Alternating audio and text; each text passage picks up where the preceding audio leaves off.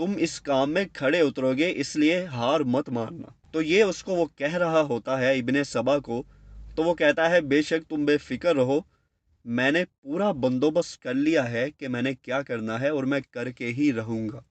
اس کے بعد دکھایا جاتا ہے کہ 5 نوجوان 5 لڑکے وہاں سے گزر رہے ہوتے ہیں، اور یہ لوگ آپس میں باتیں کر رہے ہوتے ہیں ان لوگوں کی کہ جن کے پاس خطوط پہنچے تھے سیدنا عثمان بن عفان کی طرف سے، اور وہ عثمان بن عفان کے پاس آ کر ان سے بہت ہی روڈ طریقے سے، جو کہ ایک غلط طریقے سے ان سے بات کر رہے تھے، اسی کی بات یہاں پر ہو رہی ہے۔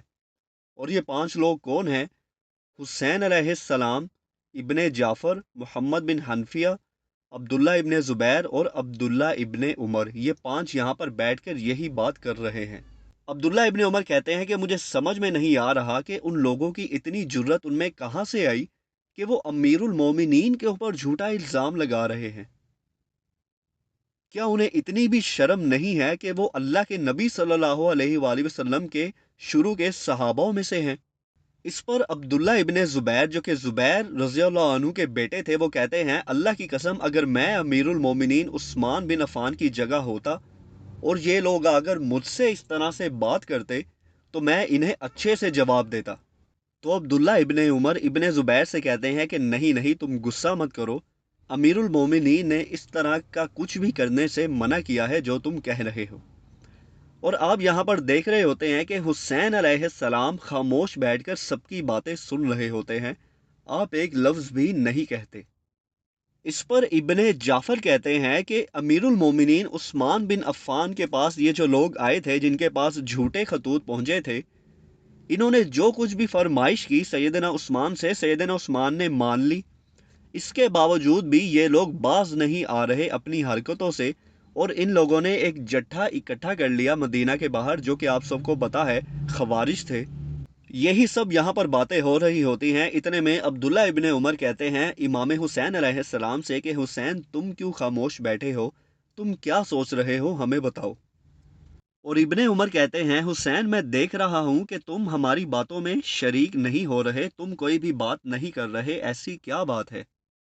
تو حسین علیہ السلام کہتے ہیں کہ ابن عمر ایسی کوئی بات نہیں ہے، اور کہتے ہیں کہ مجھے امید ہے کہ کاش میں غلط ہوں، لیکن جہاں تک مجھے لگتا ہے جو اب شروع ہو چکا ہے اس کا انجام اچھا نہیں ہوگا، اور نہ ہی مجھے ایسا لگتا ہے کہ یہ اب رکنے والا ہے۔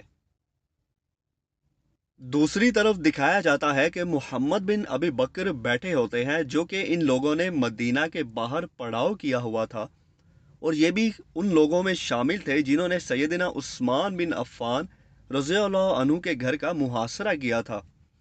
انہوں نے ایسا کیوں کیا؟ تو جو خطوط دیے گئے تھے لوگوں کو سیدنا عثمان کا نام لے کر کہ یہ انہوں نے لکھوائے ہیں، اور ان پر ان کی مہر بھی لگی تھی، ان میں سے ایک خط میں یہ بھی لکھا تھا کہ محمد بن ابی بکر کو قتل کیا جائے۔ ان کے قتل کا فتویٰ بھی جاری کیا گیا تھا۔ اب ظاہر ہے ایک شخص جس نے کوئی گناہ نہ کیا ہو، کچھ غلطی نہ کی ہو، اچانک سے اس کے لیے قتل کا فتویٰ نکلا ہے، وہ بھی وقت کے حکمران کے پاس سے، یعنی سیدنا عثمان بن عفان سے، تو وہ تو کہے گا ہی کہ یہ کیا ہو گیا اچانک سے۔ تو وہی یہ سب دکھایا گیا ہے، محمد بن ابی بکر بیٹھے ہوتے ہیں اور کچھ خوارج ان کے کان بھر رہے ہوتے ہیں سیدنا عثمان کے خلاف۔ تو ابن ادیس ایک شخص یہاں پر موجود ہے جو سیدنا عثمان کے بارے میں کچھ بکواس کرتا ہے، تو محمد بن ابی بکر کھڑے ہو جاتے ہیں اور کہتے ہیں کہ تم اصحاب رسول اللہ صلی اللہ علیہ وآلہ وسلم کے بارے میں بات کر رہے ہو ابن سدیس یا ابن ادیس، ایسا کچھ نام ہے اس کا، اور کہتے ہیں کہ زبان سنبھال کر اور احتیاط سے بات کرو، تم کسی عام شخص کے بارے میں بات نہیں کر رہے۔ ایک اور شخص وہاں پر موجود ہوتا ہے، وہ کہتا ہے کہ عثمان بن عفان تو ابو بکر اور عمر کے قریب قریب بھی نہیں آتے جو کچھ وہ کر رہے ہیں۔ تو محمد بن ابی بکر کہتے ہیں اللہ کی قسم عثمان بن عفان ابو بکر اور عمر سے کم بھی نہیں ہے، ان کے فضائل بہت زیادہ ہیں اور ان کے درجات بہت بلند ہیں، تم لوگ زبان سنبھال کے ان کے بارے میں بات کرو، یہ محمد بن ابی بکر ان سے بار بار کہتے ہیں۔ ابن ادیس یا ابن سدیس جو اس کا نام تھا شخص کا، پھر وہ ایک سخت بات کہتا ہے اور کہتا ہے لگتا ہے امیر المومنین نے تم پر بھی جادو کر دیا ہے جیسے باقی صحابوں پر کیا ہے، یہ کہہ کر وہ وہاں سے جانے لگتا ہے تو محمد بن ابی بکر اسے پکڑ کر مارتے ہیں اور کہتے ہیں کیا سارے صحابوں نے ان سے دھوکہ کھایا ہے؟ ایسا کبھی بھی نہیں ہو سکتا۔ ابن ادیس کہتا ہے جو کچھ بھی تم نے میرے ساتھ کیا ہے مستقبل میں تمہیں اس کا بدلہ ضرور دوں گا۔ اس کے بعد دکھایا جاتا ہے کہ امام حسن ابن علی علیہ السلام بیٹھے ہوتے ہیں اور آپ پانی پی رہے ہوتے ہیں، اور اس کے بعد الحمدللہ جب کہتے ہیں تو ابو ہریرہ انہیں دیکھ رہے ہوتے ہیں مسلسل۔ تو حسن علیہ السلام انہیں کہتے ہیں کہ آپ کیوں مجھے مسلسل دیکھتے جا رہے ہیں؟ تو ابو ہریرہ رضی اللہ عنہ کہتے ہیں کہ میرے بچے میں آپ کو کیوں نہ دیکھوں، جبکہ میں نے آپ کو دیکھا ہوا ہے۔ آپ کے نانا جو تھے محمد صلی اللہ علیہ وآلہ وسلم، آپ جب ممبر پر بیٹھتے تھے تو اپنی گود میں آپ کو بٹھاتے تھے، اور ایک دفعہ آپ صلی اللہ علیہ وآلہ وسلم نے آپ کی طرف اشارہ کر کے فرمایا بھرے مجمع میں ممبر پہ بیٹھ کے کہ یہ میرا بیٹا سید ہے، اس کی وجہ سے اللہ تعالیٰ مسلمانوں کے دو بڑے گروہوں میں صلح کروائے گا، یہ میرا بیٹا سید ہے اس کی وجہ سے۔ تو امام حسن علیہ السلام مسکرانے لگتے ہیں۔ اس کے بعد دروازے پر دستک ہوتی ہے تو ابو ہریرہ اٹھ کر وہاں سے باہر جاتے ہیں۔ دوسری طرف دکھایا جاتا ہے وہی 5 لوگ وہاں پر بیٹھے ہوتے ہیں، امام حسین علیہ السلام، عبداللہ ابن عمر، عبداللہ ابن زبیر، ابن جعفر اور محمد بن حنفیہ۔ اور عبداللہ ابن عمر کہتے ہیں کہ یہ میٹر تو ختم ہو جانا چاہیے تھا، لیکن یہ ابھی بھی ایسا نہیں ہے۔ تو امام حسین علیہ السلام فرماتے ہیں عبداللہ، جیسا کہ تم نے کہا کہ یہ میٹر ختم ہو جانا چاہیے تھا، اور میرا بھی یہی خیال ہے، کیونکہ جب یہ لوگ سیدنا عثمان کے پاس آئے تو سیدنا عثمان نے انہیں بتایا کہ وہ خط انہوں نے نہیں لکھے تھے، اور ان لوگوں کو پتہ بھی چل گیا کہ کیا صحیح ہے اور کیا غلط ہے۔ اس کے باوجود بھی یہ معاملہ یہاں پر ختم نہیں ہوا جبکہ ہو جانا چاہیے تھا۔ تو محمد بن حنفیہ نے بھی کہا کہ ہاں میرے بھائی حسین نے ٹھیک کہا ہے۔ اس پر عبداللہ ابن زبیر کو پھر سے غصہ آ جاتا ہے، وہ کہتے ہیں کہ اگر ان لوگوں نے میرے جو انکل ہیں محمد بن ابی بکر انہیں دھوکہ دینے کی کوشش کی ان خارجیوں نے، تو میں انہیں پھاڑ کر رکھ دوں گا، اس طرح وہ کہتے ہیں۔ اور انگلش سب ٹائٹل میں بھی یہی ورڈ ہے، یہ میں پاس سے نہیں کہہ رہا، ٹیئر اپارٹ یعنی پھاڑ دینا۔ تو عبداللہ ابن عمر پھر ان کے کندھے پر ہاتھ رکھتے ہیں اور انہیں کہتے ہیں ریلیکس، ٹھنڈے ہو جاؤ، ایسا مت کہو۔ تو اس سے آپ کو پتہ چلتا ہے کہ کچھ لوگ گرم طبیعت کے نہیں ہوتے، وہ ٹھنڈے مزاج کے ہوتے ہیں۔ یہی وہ وجہ تھی کہ عبداللہ ابن عمر نے نہ مولا علی علیہ السلام کا ساتھ دیا، نہ ہی معاویہ رضی اللہ عنہ کا ساتھ دیا جنگ میں۔ آپ نیوٹرل ہو گئے تھے، آپ سب کو پتہ ہی ہے۔ اس کے بعد دکھایا جاتا ہے کہ امام حسن علیہ السلام اور ابو ہریرہ کے پاس ابن عباس آتے ہیں اور وہ کہتے ہیں کہ کچھ لوگوں نے کہا ہے کہ مولا علی علیہ السلام نے بھی انہیں خطوط بھیجے ہیں، ایون سیدہ عائشہ سلام اللہ علیہا نے بھی انہیں خط بھیجے ہیں کہ یہاں پر انصاف نہیں ہو رہا۔ یعنی آپ اندازہ کریں کہ خوارج نے خود ہی خط لکھے اور انہیں منسوب کر دیا سیدنا عثمان پر، مولا علی پر اور سیدہ عائشہ سلام اللہ علیہا پر۔ تو ابو ہریرہ نے حسن ابن علی علیہ السلام سے کہا کہ آپ کے والد نے کیا کہا اس بارے میں؟ تو حسن ابن علی علیہ السلام نے کہا میرے بابا نے قسم کھائی ہے کہ انہوں نے کوئی بھی ایسا خط نہیں لکھا۔ تو ابو ہریرہ کہتے ہیں کہ وہ لوگ کس قدر خبیث لوگ ہیں کہ وہ صحابوں کے اوپر جھوٹ باندھ رہے ہیں، انہیں شرم بھی نہیں آ رہی اور نہ ہی انہیں خدا کا کوئی خوف ہے۔ ابن عباس کہتے ہیں اتنا ہی نہیں، آپ یہ دیکھیں کہ انہوں نے سیدہ عائشہ سلام اللہ علیہا جو کہ اللہ کے نبی کی بیوی ہیں ان پر بھی جھوٹ باندھا ہے۔ تو امام حسن علیہ السلام یہاں پر کہتے ہیں کہ مجھے لگتا ہے کہ ضرور اندر ہی اندر کوئی نہ کوئی بڑی سازش جو ہے وہ رچی جا رہی ہے جس کا ہمیں علم نہیں ہے۔ اس کے بعد خوارج کے کچھ سینز دکھائے گئے ہیں جس میں ابن وہب کو بھی دکھایا گیا ہے جسے انہوں نے اپنا خلیفہ بنا لیا تھا۔ دوسری طرف دکھایا جاتا ہے کہ امام حسن اور امام حسین علیہ السلام بیٹھے ہوتے ہیں، ان کے پاس کچھ اصحاب بھی موجود ہوتے ہیں۔ تو امام حسن علیہ السلام بتا رہے ہوتے ہیں کہ جو جو سیدنا عثمان کے اوپر الزامات لگائے گئے انہوں نے اس کے کس طرح سے جواب دیے۔ جیسے ان میں سے ایک بات وہ کہتے ہیں کہ جب مسجد کے لیے جگہ کم پڑ رہی تھی تو سیدنا عثمان نے کہا کہ میں نے ہی جگہ خرید کر دی تھی تاکہ مسلمانوں کو کسی قسم کی پریشانی نہ ہو۔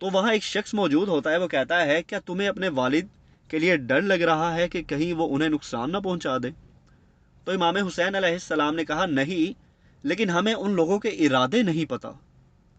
دوسری طرف دکھایا جاتا ہے کہ مولا علی علیہ السلام جب ان کے پاس جاتے ہیں تو وہاں ایک شخص کہتا ہے کہ انہوں نے ہمیں دھوکہ دیا ہے، اور پھر وہ انہیں وہ خط پڑھ کر سناتا ہے جس پر سیدنا عثمان کی مہر تھی۔ جب وہ آدمی خط پڑھ لیتا ہے تو محمد بن ابی بکر مولا علی علیہ السلام سے کہتے ہیں کہ ہم نے اس شخص کو جب پوچھا کہ تمہیں کس نے بھیجا ہے مجھے قتل کرنے کے لیے، تو اس نے وہاں پر مانا کہ اسے عثمان بن عفان نے بھیجا ہے، اور آپ اس خط کے اوپر ان کی مہر بھی دیکھ سکتے ہیں۔ یہ محمد بن ابی بکر نے مولا علی سے کہا، اور پھر کہا آپ مجھے بتائیں کیا یہ سب جائز ہے جو عثمان بن عفان کر رہے ہیں ہمارے ساتھ؟ پھر دکھایا جاتا ہے کہ مولا علی علیہ السلام کھڑے ہوتے ہیں تو باقی لوگ بھی کھڑے ہو جاتے ہیں۔ تو مولا علی علیہ السلام انہیں کہتے ہیں کہ میں امیر المومنین کے پاس جاؤں گا اور اس بارے میں جانچ کروں گا، تم لوگ کسی بھی قسم کی جلدی مت کرنا۔ تو ایک شخص وہاں پر موجود ہوتا ہے جس کا نام ہے ابن جبلہ، وہ کہتا ہے امیر المومنین پھر سے کوئی بہانہ بنا دیں گے۔ تو امام علی علیہ السلام اسے کہتے ہیں اپنی زبان کو لگام دو، تمہیں نہیں پتا تم کس شخص کے بارے میں بات کر رہے ہو۔ یہاں پر یہ پہلا ایپیسوڈ ختم ہو جاتا ہے۔